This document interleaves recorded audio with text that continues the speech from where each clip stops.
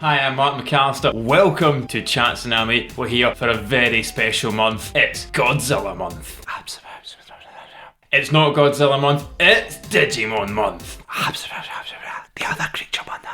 Pokemon? Yeah. Welcome to Pokémon month.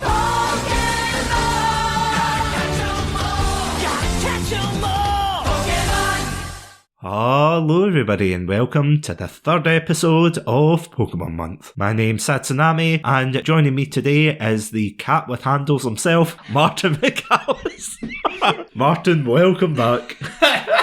For anyone not having listened to our commentary of the Pokemon movie is going to be like, what is he talking about?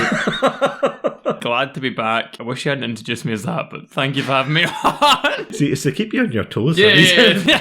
I've never been more surprised by an introduction. Full commentary track available on patreon.com/Chatsunami. Brilliant. So, yeah. Did you like my radio voice there? So, yeah, today we are indeed going to be talking about the Pokemon movie, which, oh boy, we are just, as of recording this episode, we have just finished watching it. Yep. This is probably the, 100th, 150th time we've watched it. 151st. 151st, of course. And what a film. I have to say, this is a film that I didn't really watch after I'd watched it when I was younger. And then, maybe I checked it out once or twice growing up. And then the turning point, I think, when I thought, maybe this isn't as good as I remember, was when, of course, you had the bad movie nights. And I would go to yours. And there was one night where it was just me that turned up. And it was just you and I. And we decided to watch the Pokemon film and the Digimon film back to back. And, oh, what an experience. What was quite funny is when I said to people I watched the Pokemon movie at this bad movie club, people were aghast, astonished, appalled. They couldn't believe that I had the audacity to say that the Pokemon movie was bad. Because, like you, I went to go see it during, as we like to call it, Pokemania. We saw it in the cinema. We were discussing that during the commentary track, but we both saw it as it came out. Either that week, that release, Pokemon movie was gigantic, and it was such a moment in time that anyone who is our age believes this film to be incredible. Oh, flawless. Cannot be criticised. So today we're here to criticise. So if you haven't watched this film since you were a kid, pause this podcast right now, go to Patreon. Get the commentary track up. Go watch the film because you're in for a surprise.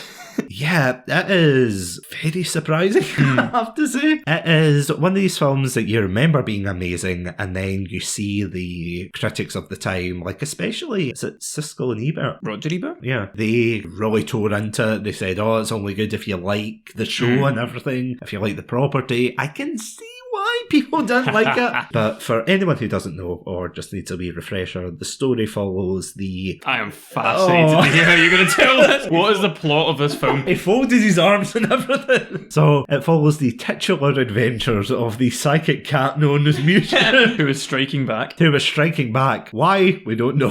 The film never quite explains. So yeah, this film is a fascinating one. It follows basically the adventures of Ash, who gets I want to say an Evite.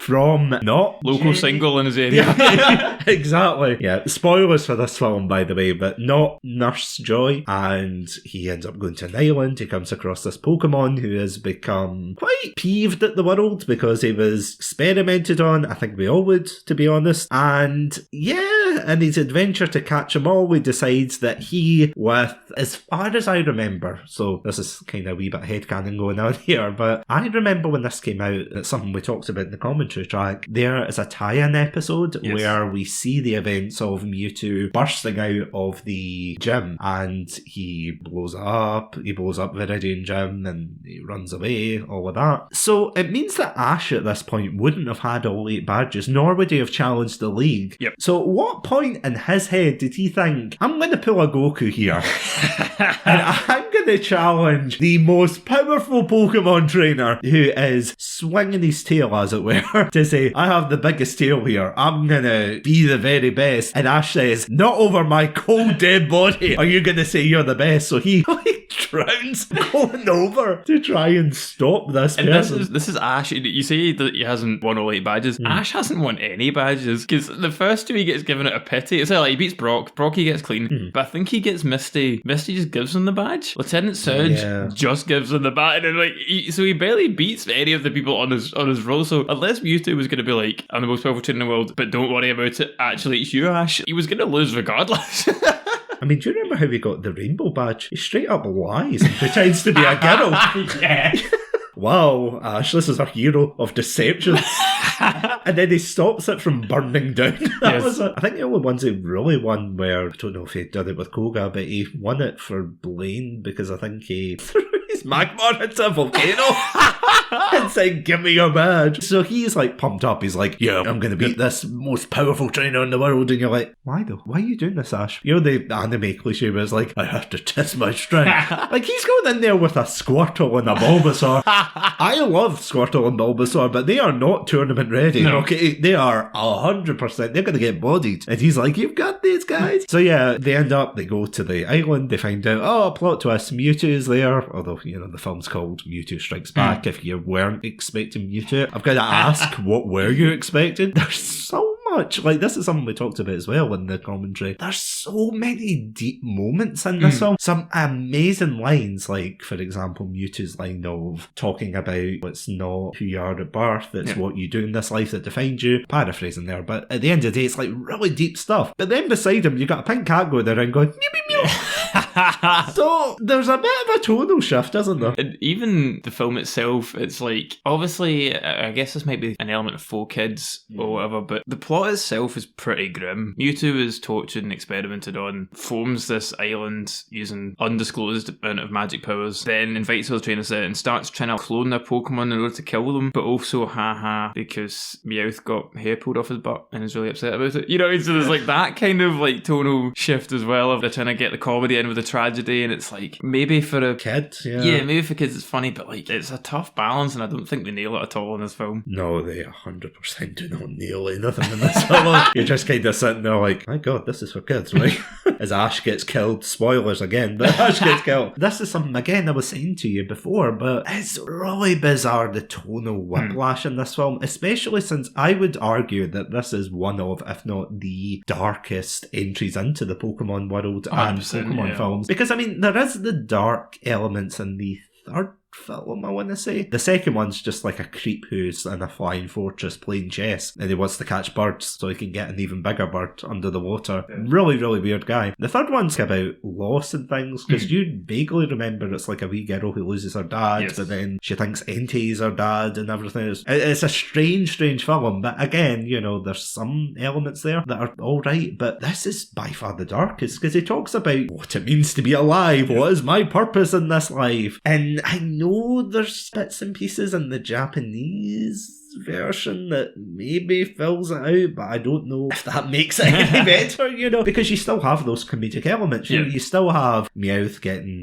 butt punched, and everything. You still get those elements, so it's a strange one. But would you say in terms of when this film came out, so late 90s, I'm being general here, but definitely late 90s, would you say this is definitely like a product of its time? 100%. I was going to say, the more we talk about this, the more it's like, but it worked for the kids. You know what I mean? Like, we talk about the critics not liking it, we talk about this, and they were right, and I feel sorry for retroactively feel more and more bad for my parents for it as a kid. Me too. And I remember, I mentioned this in the comment track as well, but I remember loving this film. Oh yeah. And I thought this was the greatest thing I ever made when I was a kid. So there's something, no matter how much we critique it, no matter how much we ransack the plot, no matter how much whatever, there's something about it that must have been good for us. Because I mean, it's something we pointed out, but the animation, see, compared to the show is like, I think I made the comparison of it's like South Park versus, I don't know, a Studio Ghibli film. But, you know, it's terrible animation in the show compared to this, where instead of showing the Pokemon a PNG of it, just flying across the screen, it's like, oh no, Bulbasaur did that. You're like, really? You're just going to repeat this several times? And they do it for effect. But in this film, you see the full like visceral action and everything. And can I just say, one of the best things about this film, or best things to ever come out, is the, not reimagining, but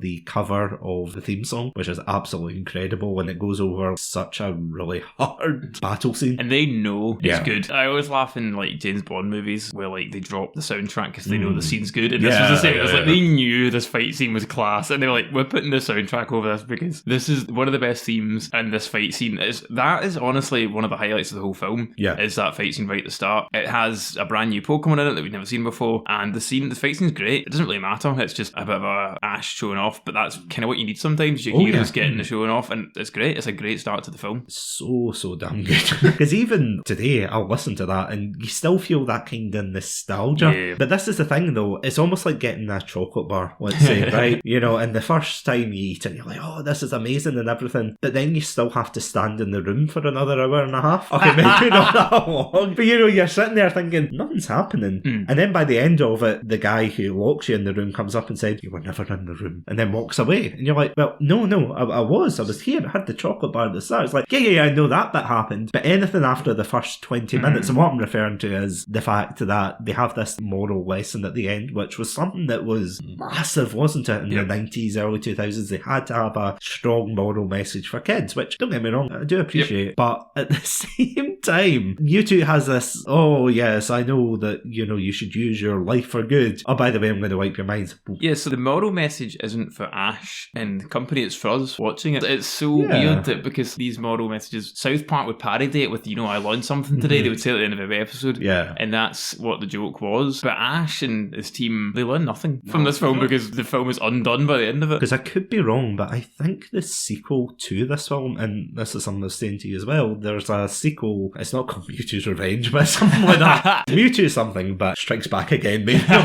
Again. There's a scene in that where he goes to wipe their memory and they're like, Mewtwo, no! And he doesn't wipe their memory, so they do remember. But I have to say, I find the retcons, this is a complete side tangent, but I find the retcons of Mewtwo's the origin really weird, because you get ones where it's like he's voiced by a completely different person. And I don't mean a Dan Green sound-alike, definitely completely different person. It's like, oh, they can Mega Evolve now and everything. It's like, what? Will you tell me there's multiple Mewtwo's? And then I think the final anime, I just saw the clip of it, it's like, oh look, Ash fights Mewtwo, and I thought, what kind of funny channels made this up? The Pokemon Company? Oh no! So what are you doing? Yeah, so it's so weird. Have you watched it's on Netflix, I don't know who made it. There's remake? There's a CGI. I haven't watched it. I'm curious though if you've seen it, and then how does that compare to this one? Oh, it's so ugly. Yeah, so it's not CGI. I really dislike that style of animation to begin with, which is why I didn't watch it. Yeah, it's not even nice CGI. Like, I can't remember it. It's been so long since I've seen it, but from what I remember, I just remember sitting through the whole thing going, the CGI is so ugly. Because, I mean, say what you will about some of the animation in the show, this does look really good at times when they're swimming through the ocean to get to the tower, when they're trying to save the Pokemon and everything. You can't say this isn't visually appealing as a film. No, this film is fantastic. And I think that is probably one of the draws. And I can't believe I'm reducing it to eye candy, essentially. But no, like getting to see the thing that you like, because bearing in mind the TVs we had when we were kids. Oh, yeah. They were not good TVs. It was the CRT. CRT style. So it was, to see it on the big screen was such an upgrade, which maybe explain a lot of why I think this film was so good before we watched it. It's so bizarre that you go from a thing that looks so good, and as we said, that would be the appealing thing, and then all of a sudden you've got a film with no plot. Just nothing. It's paper thin. I mean, if I could think of a Pokemon that was paper thin, I would say it, but I genuinely can't think of anything more paper thin than this plot. Because again, I'm not even gonna accept, see when people say, because this is something we talked about when we talked about the Beyond the Games and the very first episodes of this month, when we were talking about how Pokemon's a franchise for kids and things, but I don't accept it when it comes to the films and the anime as well, because there's hundreds of media out there, whether it's Western, Japanese, there's lots that can appeal to everybody. It just doesn't have to appeal to the kids. And I have to admit, I'm sounding like probably the critics at the time, but you don't have to make something that's dumbed down. Like, I wouldn't say it's dumbed down, because there are a lot of good moments in it, but they just pull it back. It's hard to think what they were trying to aim for, because you're saying, like, did they dumb it down for the kids? But then it's like, well, then the plot wouldn't have been so dark. The plot would have been, I don't know, Mewtwo invites Ash over for tea, and then they fight, and then the film ends. So it wasn't even like, you know what I mean? It would have been funny, and it would have been childish. Yeah. It's not childish, it's just, I don't know if maybe they thought the animation was so good it would carry it, so therefore they didn't need a film, or was it a budget problem that they only wanted to animate 2 or 3 rooms? But then I don't know if that saves money in animation. You know, I don't know enough about animation to know, but the locations in this film, you have... You have hills, the inside of labs, and then the stadium, and then the elaborate tea room, dining hall area, and that's kind of it. There's a couple of docks, but you know, they keep the locations quite minimal, and I don't know if that's maybe the trade-off, that they then had to have a really simple plot, so they didn't have to move about a lot. But then, why? Because they can just do what they did in the Pokemon show and reuse stuff and pretend that they moved location, you know, and it's animation lets you do stuff like that. So the film itself is an hour and 15, which, you know, it doesn't need to be gigantic in terms of plot. But, you know, something like Toy Story, that's maybe an unfair example because it's one of the greatest films ever made, Toy Story, but the plot for that is very, very simple, but it's not thin. A lot of things go on, and then the film ends, you know what I mean? This felt like the worst version of My Neighbor Totoro, where nothing happens, and then nothing happens some more. Because the thing is, when you have your cliff notes as 1 page worth, in fact, not even 1 page, you could probably fit it into half a page, where Mewtwo gets created, gets jaded at the world, creates a evil lair, heroes travel over to defeat him, they don't defeat him, they get back up again, they're never going to take me down, and then... Do you see what I did there? I like it. Yeah, and then... But I think that's it, I think that's what's interesting though, is a lot of the plot, I know you've been slightly facetious, but so small, but like a lot of the plot happens in the first 10 minutes. So the whole setup of them getting to that, because I actually was confused when we were watching it, because I was looking at the clock and we'd only been recording for half an hour and they were already fighting Mewtwo. And I was like, there's 45 minutes of the film left. What are we doing? You know what I mean? Like, and it's like old dads in the 90s. There's 45 minutes left. I could be watching the football. Wrap this up, lads. And then from that point on, from that marker where they first fight Mewtwo, they do not leave that room. Essentially, they fight in the stadium and they go underground to the lab, which we've already seen by that point. So they're the 2 rooms for the rest of the 45 minutes. And I think that's probably what makes it feel longer, but also so thin, is because there's nothing... That's the end of the plot. The plot now is fight, a bit of chat that doesn't mean anything, fight, Ash dies, comes back, fight. And I love action movies, and I love fighting in movies, but you need to have a bit of sizzle to pull it all along. Because, I mean, it's a bit like, insert any Zack Snyder film in here, but, you know, it's like films that are heavy on action, and then they expect you to care about the action when they have done nothing to develop it. It's a bit like the beginning of Man of Steel, where you see Krypton blowing up, you see things, you know, people fighting and everything. It's like, oh my god, it's a spectacle. But then you're sitting there like, well, why am I caring about this? Why do I have to care about this? I do agree with the sentiments of some reviewers. If you weren't a fan of Pokemon, you would hate this. You would 100%. But here's a funny question for you though. Would you say this film is more or less nonsensical than the Digimon film? Well, one thing I'll say in the Digimon film's credit, and I can't believe I'm saying this. Overall, I think Digimon is less sensical. Because it's 3 films joined together. But one thing I will say in the Digimon films thing that this film didn't do was they at least spent 5 minutes introducing the characters. And I know the voiceover guy at the start of this is like, oh, by the way, this is Ash, and he travels about with Pokemon. But if you don't know what a Pokemon is, if you're coming into this completely fresh, I guess it's your fault. And you're not going to find out what a Pokemon is by the end of this film. And at least with Digimon, they were like, okay, a Digimon's this digital monster, and by the way, this is how they first met. This guy put his computer on that day and they turned up. Is it good? No. But at least I know what a Digimon... Actually, that's a lie. I do not know what a Digimon is, but at least I understand where they came from. Well, this was just like, this is Ash. Let's get into it. So if you weren't a fan, if this was your first exposure to Pokemon, like, so probably a lot of these film critics, their exposure to Pokemon would have been, by the way, my kids watch this. And that Pikachu might be a Pokemon. Might be.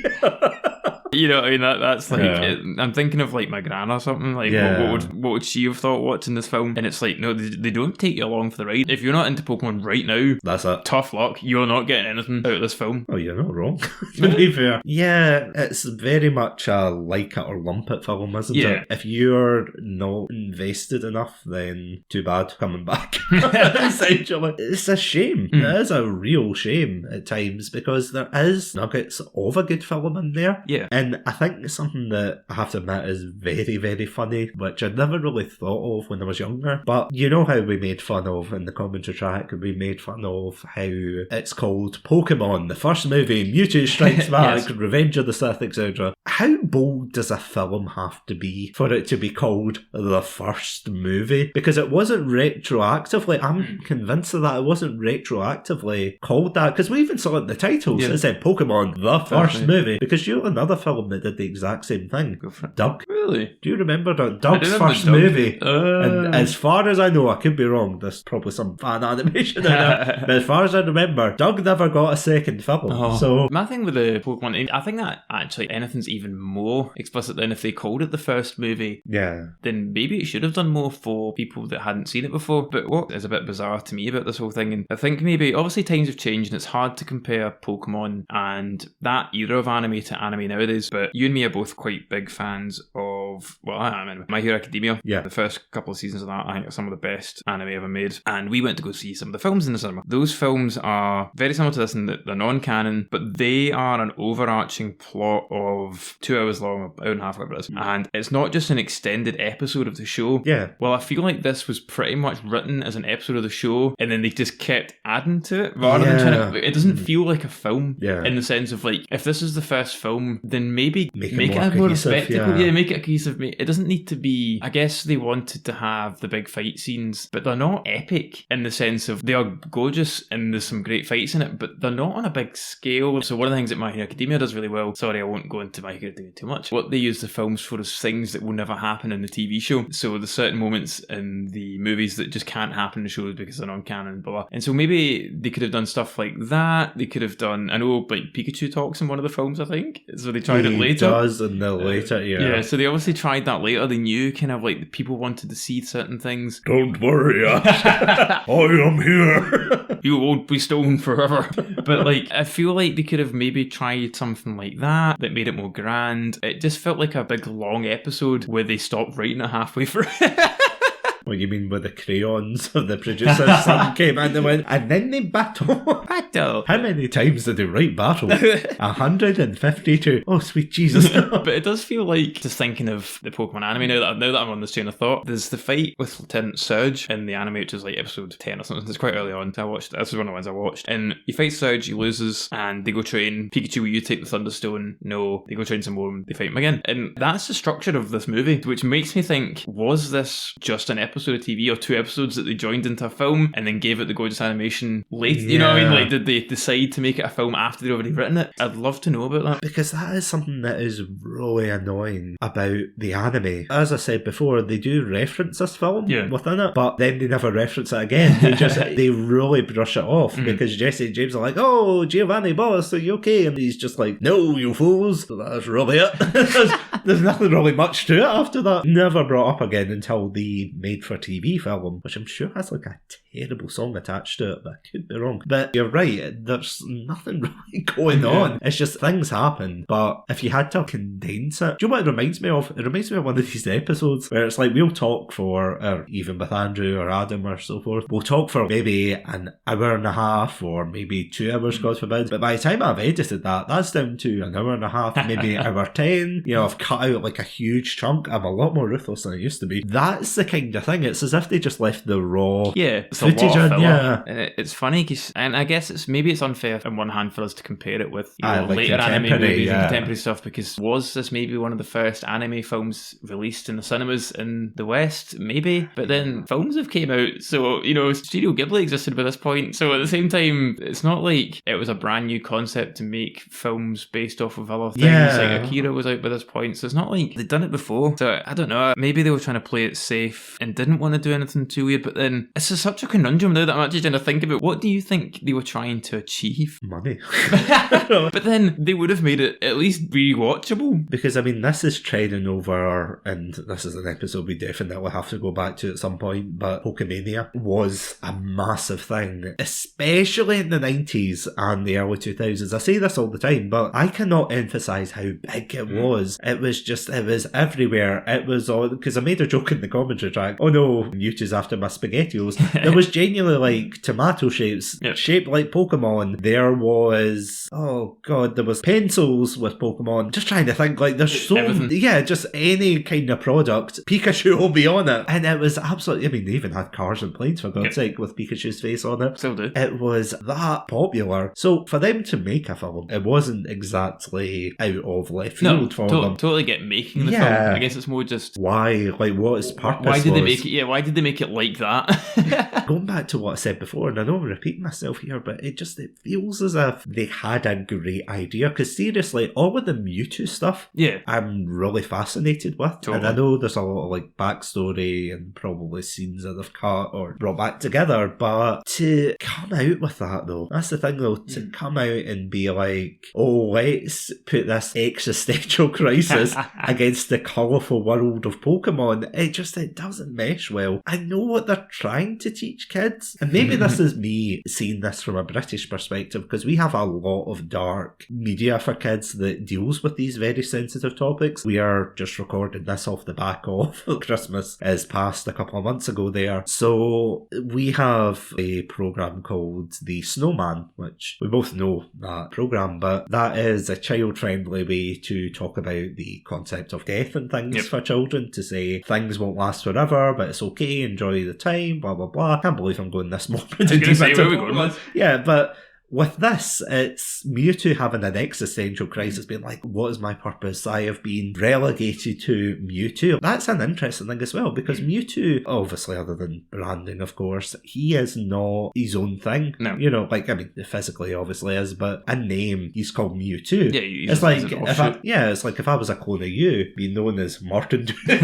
You know, it's something that's absolutely, it's insane to think it's in a Pokemon film, but it's such a deep and very interesting plot point. And I'm not saying that Pokemon films have to be this deep melodrama or whatever. It can still be fun, and the tone they set with the opening fight scene. And by opening fight scene, I mean the Ash one, not the one where Mewtwo nukes a whole scientist worth of people. Also, that is something actually, because we were talking about how Mewtwo essentially time travelled and reset the clock, and that is something I didn't realise. He set it back to that point, but he didn't set it further back where he blew up the lab and killed all those innocent scientists. It's like, stop, invincible Mewtwo. I do want to talk a wee bit about Mewtwo in that concept, because so this Mewtwo isn't the Mewtwo from the games, because it can't be, because Mewtwo in the games can't travel through time. Yeah. And Mewtwo from the games is just a Pokemon. This isn't just a Pokemon, right? I know it sounds stupid to make that rule, but you know what I mean. This isn't the same level of Mewtwo. But what is so bizarre is Mewtwo in this he is whatever he needs to be at that point in time. So we were laughing because he summons 1,000 Pokeballs out of midair, and then those Pokeballs can catch other Pokeballs, and those Pokeballs seem to be sentient or some kind of tracking on them. He can time travel, he builds this magnificent building, and it's like, how are you made from Mew? And then does that mean Mew's also like... Does Mew have a mansion in the middle? Yeah, is Mew able to build mansions and go back in time? And it's that problem where they just keep expanding his powers and never tell you. But then if he can do all that, why did he need a cloning machine? I'm sure they explain that in the film, but you know what I mean? Like, in terms of like the levels to it all, it just keeps expanding, and it's like... Well, I mean, I think the crazier thing is the fact that Mew lives in South America. No, that's fair. I get that. Yeah. Like, I could be wrong, but I'm sure that's what the old lore used to be. It was, yeah. Yeah, he came from South America, and he was found by, like, the researchers, or the murals were found by the researchers. Pokemon lore, before they actually got a real lore, was crazy. But yeah, just chilling in the Amazon, and then he's like, oh yeah, does he have a big mansion? Is that what the pyramids in South America are made of? Did he make them? Obviously. No, I can only assume so. Did people sacrifice people in the name of Mew? You know, there's so many questions. And so few answers. To be honest, there really is, isn't there? As I said, it's just so many interesting ideas, but not enough to support it, I would say. They never bother to explore them. If this was a 2-part episode, maybe, then they probably could fit this all in at once. But then again, again, I wouldn't like see the upbeat music that they get for the battles, where Ash is getting like pummeled by Mewtwo. It's like